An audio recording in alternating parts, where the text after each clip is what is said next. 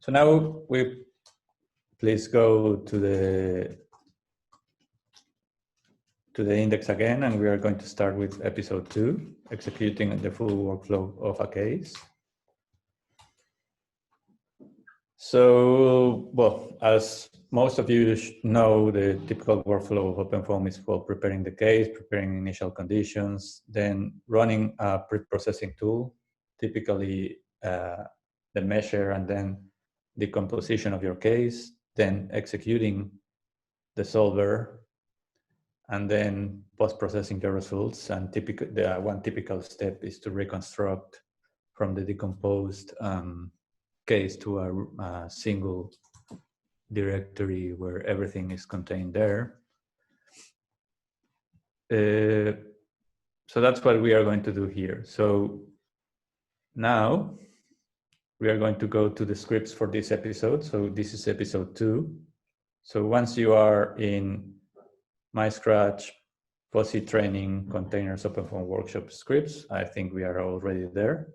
Then you see to the sec 02. Now you can press tab to complete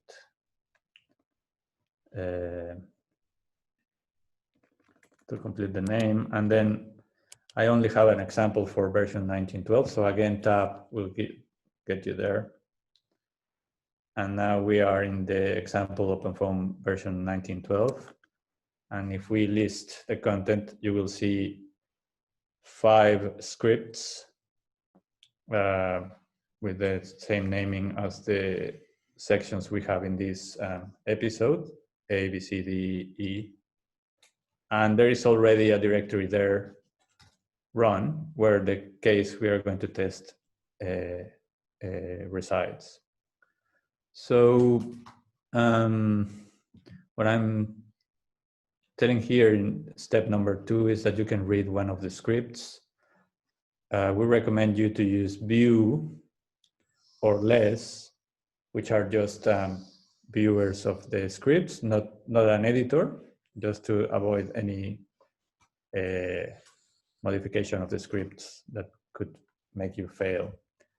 And yeah, just leave the additional tries or curiosity for later, or basically, if you want to do any modification to the scripts, then copy the script to another copy of a file and then edit that file and keep the original ready. Anyway, if something messes up, you can always come back and clone or clone back the Git repo. Okay. So yeah, I'm not going to execute this command on my command line. So the sections are section A is going to be this extraction of the tutorial.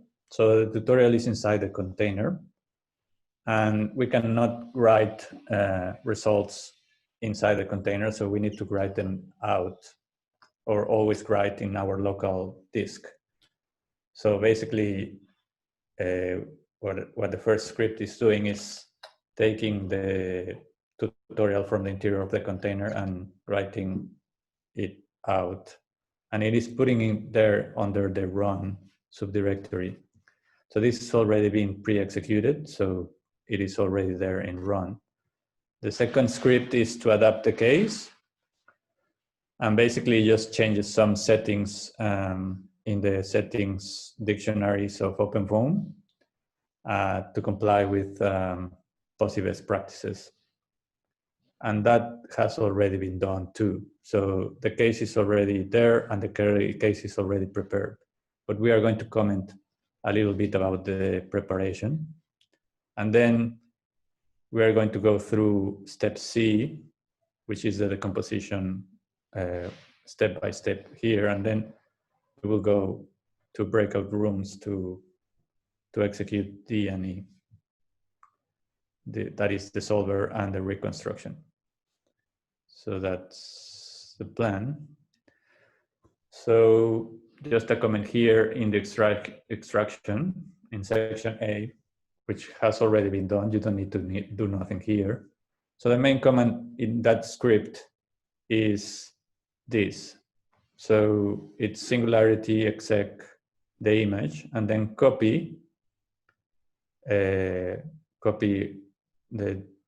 all the directories and subdirectories that are in this path. So the thing is, OpenFOAM inside the container has been installed under the root, then OPT, then OpenFOAM, then OpenFOAM dash the version, in this case version 1912.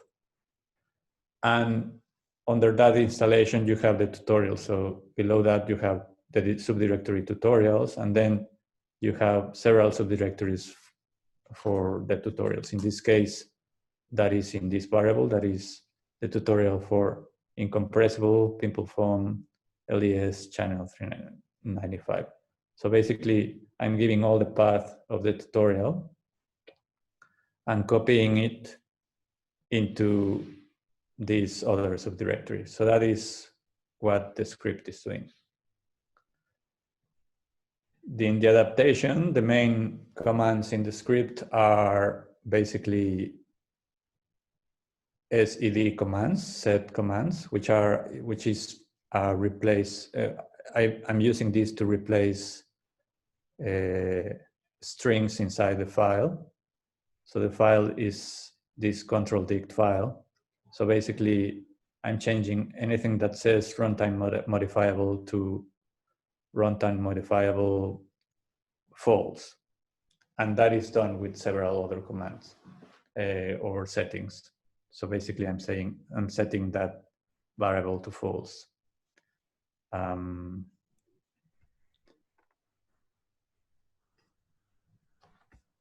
sorry, I just needed to check if there was a message. Okay, so here we are in the final steps of the adaptation script. So we can go to the case directory. So it's cd run tab that will take us to channel 395. That's the name of the tutorial. That this has nothing to do with any kind of settings. So this is the typical structure of an OpenFOAM case. So in the subdirectory 0, we have the initial conditions. In the subdirectory constant, we have some settings, especially the mesh settings, or, well, not the settings, but the mesh itself. And inside the system, we have several files that are named dictionaries where you can control settings for the run.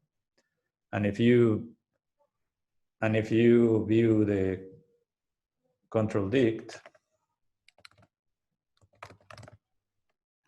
view system control tab control-dict, enter, you will see a lot of settings for that case. So which are the settings we are changing here? I already have it in the notes. So if you open this collapse section in the arrow within your notes, you will see the settings I'm changing. So the first setting is purge write. So this is a recommended setting for in our best practices. Just avoid the generation of many timed results or time directories. So if you keep it in 10 or any number that is reasonable for your own application, you will not have that many result files or result subdirectories in your case. You will keep it to a maximum of 10. And they are going to be replaced if any new result is being generated. The second one is to write your results in binary, just to accelerate the writing and to reduce the size of the results. This one is important. So you change runtime modifiable to false because the default is true, and that true means that the OpenFOAM solver every time step comes back and reads the dictionaries. So you are sort of able to change settings on the fly, but that is not good for us because that means that the solver is being over-reading our file system all the time. So basically you need to turn this to false. This is sort of a compulsory best practice in Pawsey. So I'm using this time for letting you know that you need to set this to false. And the last one is just applies for OpenFOAM 6 and 1812 or newer or higher, which is the use of the collated file handling. So this collated file handling allows to collapse the results in a reduced number of subdirectories, as we will see later. Okay, so let's go to section C of this episode 2. So now we are going to execute the script of decomposition. The main command in that script is basically execute the decompose par tool from OpenFOAM. So it's basically singularity, exec, the image, decompose, and then options of the decomposition. That's the main command in the script.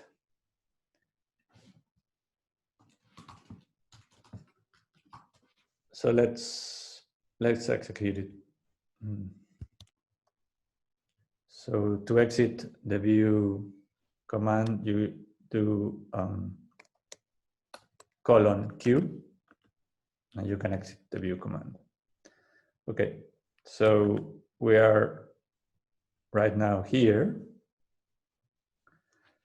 So the tutorial is, there is a few steps missing there. So we need to go back to the place where the scripts are. So we need to go 2 levels above the case directory, and this is the place where the scripts are. If you type ls, you are seeing all the scripts. And then from there, you need to, we are going to use our reservation for this exercise. So please define this variable, my reservation equals containers. So this is the key name for using this reservation. So we have a space in SUSE that nobody else is using but us. So that can help us to accelerate our processes. So now from there, you sbatch -- reservation equals $my reservation. And then the script we are going to submit. C.decom, we can use tab to complete, C.decompose form. And then the case have been submitted to the scheduler, and it should be executed. So I'm also skipping, well, indeed, some commands are missing there, just to check the status of the job. But you can type sq-u and then your user. You can use $user if you don't remember your username. And then there is nothing there. So that could mean that it didn't run, but usually it means that it ran fast and you did not catch it in the queue even. So it's already finished. So if you ls, you will see a Slurm output of the job, and everything should be fine and should be there. So the way I'm proposing to check is just to ls. From here, you can ls down to the case directory. So ls dot run. You can press tab, channel, and then processor asterisk. And then you will see that there are two processor directories with the initial conditions and the mesh information within. So that's basically the end of the decomposition. You can always check your Slurm, the Slurm output. So we can type cat slurm dash tab, and you can see all the messages for that script. At the end, all these scripts have this message saying script done, which at least give you an idea that the script went till the end of the commands in there. And there is also some other log file being generated down in this directory.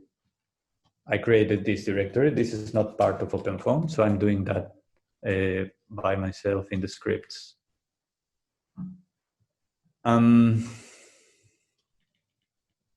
Yeah, I don't know if there is any question right now. I want to show you a little bit of the script itself, but possibly if there is any specific question, we can deal with that right now. So maybe Marco, if you can make a comment on Leifen's point, that was interesting. Yeah, sure. I think it's interesting to comment on that. So Leifen was asking whether we need to bind mount any directory to be able to access the inputs and write the outputs on the host directories. Well, the Singularity module on Pawsey systems, so the one that we loaded at the beginning of this session, already does that for you. So it uses the variable Singularity bind path to mount a number of directories in every container you run.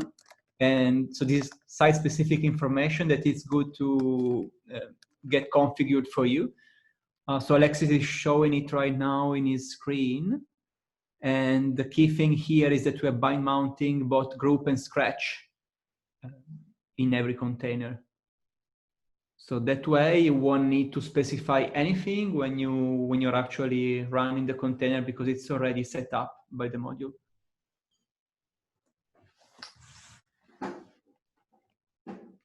Yeah, very good point. So most of the scripts have the same structure. So besides the composition, I want to comment a little bit on the script. So there's always this part of Slurm syntax. So in this case, this is the decomposition, and the decomposer of OpenFOAM is single-threaded, is a serial executable. So we always need to use one task for decomposition. It's good to tell how much memory we need to use. So the nodes in SUS are shared. So then you can say, oh, okay, I'm going to use one core in any node you are going to give me, but I need this amount of memory. So it's good to know how much memory your decomposer will need, and just use that. The other thing in these settings is that I'm forcing to do the decomposition at SUS. So this name is not just for the tutorial.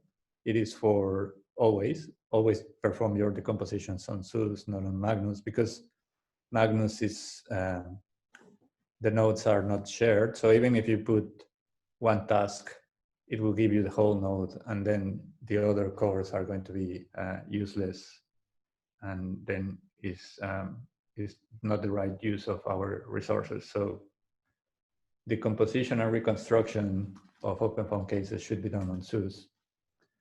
And that's it for that. And then the script has a line for loading the Singularity module, then have this kind of structure that it is just my personal choice. but that's the way I'm doing things. So the place of the repository, the base name of the container, the version of the container, the provider, because as you saw, I was testing some other stuff. And then put everything together into the image variable. And that's the one, that's basically the name of the image we are going to use. Then, well, in this case, because the scripts are 2 levels above of the case directory, then basically defining where is the case directory, and then move into that directory and checking, this is some checking if it exists or not. And then here, after, if the case doesn't exist, or if something fails, then I exiting the script. But if everything went fine, then I create the logs for pre-processing to save the logs there. Then this part, which is related to the collated option, is important. So when we listed the processors directories, we see that we have only 2 processors directories instead of the standard OpenFOAM behavior, which is to create 4 processors directories: processors 0, processors 1, processors 2, and processors 3. So in this case, because we are using the collated option, we are going to collapse. And if we use the variable foam ioRanks, we tell this collapsing in groups of how many processors are going to be merged. So if you don't use the ioRanks, then all your processors will be merged into a single directory. But that is not very efficient, because if you have too many cores, let's say 720, then 720 cores will be tried to be merged into a single directory, and information needs to be passed to the collating core, etc. So, so with the ioRanks, we tell how many cores to collapse into a single directory. This is all already in the Pawsey documentation. So for Magnus, we are suggesting, instead of 0246, we are suggesting to use 02448. Basically collate results per node. So all the cores inside that node will send the results to the collating core, and then the collating core write the results. One collating core per node. And on SUSE would be 0, 28, 56, etc. Okay, and then the important part, before the decomposition, there is another command, which is the measure. And basically, we are using the same structure. And then this last bit of every command, I'm sending with this part, what I'm saying is the output number 2, send it to output number 1. So output number 1 is in the standard output, and output number 2 is the error output. So basically, I'm sending any error to the standard. And then this is a pipelining command. So basically, anything that comes from this first command is going to be sent to the next command. And I'm using this T command to receive information from the standard output and write it down to a file. So that file is going to be in the logs directory, and it's going to be named log.blockmesh.the ID for this job. And the same for the decomposition. So you can check specifically whatever came out from the block mesh tool and whatever came out from the decompose part tool. Okay. So that's it for part C. Part D is to execute the solver. and that is for you guys to go. So you need to do whatever is in this pencil. So this will keep only the last 10 results you are saving into disk. So if you need, basically, this is not a forced best practice. So it is, if you can, use Purge write. But if you need to keep all your results of a simulation or certain specific times along the way, then you cannot force to remove your results with the Purge write. So this is basically just to be careful, and if you can, just keep only what you need, not everything. So what Andrew posted in the chat was, okay, that's not very useful for time-dependent solutions, because what you want is to keep the time. But possibly there, in those kind of situations, you have a startup period that you are not interested in saving it. So you can run your case, let the solution flow for a certain period in which you are not interested, and then start saving the results after that. So then for the first part, you can keep using Purge write, then reach the point in time where you are interested in everything, then change the setting of the Purge write and restart your case with the new setting, and then save everything. So that's the idea. And what is the other question?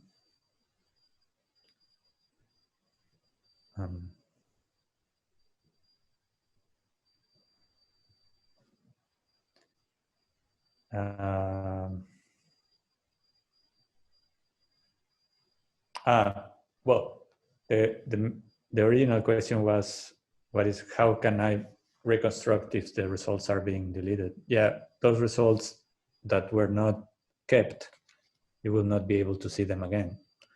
So in the script, the only time that we are reconstructing is the last time. So the script is assuming that you are only interested in the last time you have, in the last result. So this is the composition, this is the execution, and this is the reconstruction. So the reconstruction, here I have the main parts of the script. Reconstruction, latest time. So with this parameter, you only reconstruct the last time available there. In this case, it was time 10. So then after reconstructing, you finish with a time 10 in your main case directory. And that's all. While after the solution section, you can see that you not only have the time 10, but other results. This should be 10. 1, 2, 3, 4, 5, 6, 7, 8, 9, 10. So you have what you had when you started, and then you have 10 new times. Obviously 8.0 was already deleted, and all the 7s were already deleted, and you just have from 8.2 up to 10. That's all you have. If you want to reconstruct all what you have, you can use reconstruct all here. Instead of latest time, you can put all, or you can specify the time. So you just need to refer to the OpenFOAM documentation to see how you can tell reconstruct which times to reconstruct. So there's one from Jian Honglin about the ioRanks. What does it say? How significantly will it affect the performance of OpenFOAM solvers when one does not specify the foam ioRanks variable? Well, for small cases, you don't see that, but when your case is large, then it basically well, indeed, for version OpenFOAM 5, it was basically hanging up. So it, the collator core basically breaks and the case just hangs up. So that's the thing. I have, since the ioRanks option appeared, I have not tested the collated option without it for big cases, because I think it will still hang up. So for small cases like 48 cores, that still works, but beyond that, I think it's problematic. So it's better to keep using the ioRanks and keep collating per node basis. And so Lifen is asking, why do we need to copy the tutorial out of the container? Well, that's basically, you need a place to save your results. And it's easier to manage everything in your host file, in your host file system, rather than in an overlay. So we'll see the overlay option later tomorrow. But as a first thing to do is just use your host file system. So that is the place where you need to save your results. And as Marco mentioned, by default, the Singularity module is being set up to bind already Scratch. So basically Singularity is free to write into Scratch. But you cannot write inside the container. So basically we are extracting the case to see all the structure, to see the file definition, to see everything there. Then we can modify, for example, we are modifying the control dict. You modify your setup as you like, and then you run the case there.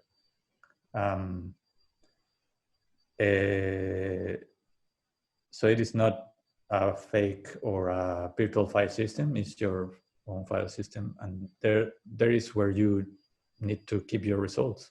That, I think that's my answer. It is not because of the hybrid mode, it is just a place to write.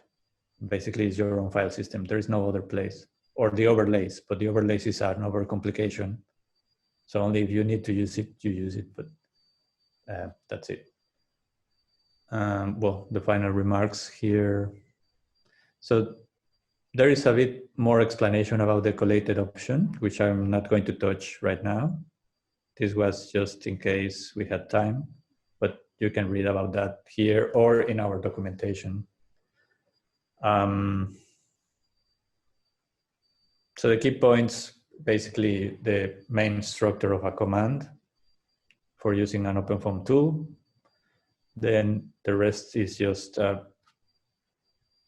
best practices for OpenFOAM. So this one is also a best practice. Use the pre and post processing serial jobs in SUSE. The rest of the best practices are for basically reduce the amount of files and reduce the amount of reading into disk. And yeah, just to remind you that we are not installing the latest versions of OpenFOAM system-wide. So the plan is basically to use the containers that are available right now for you. So version 7 and version 1912. If you want to use them, is through containers. And that's why we are doing this seminar.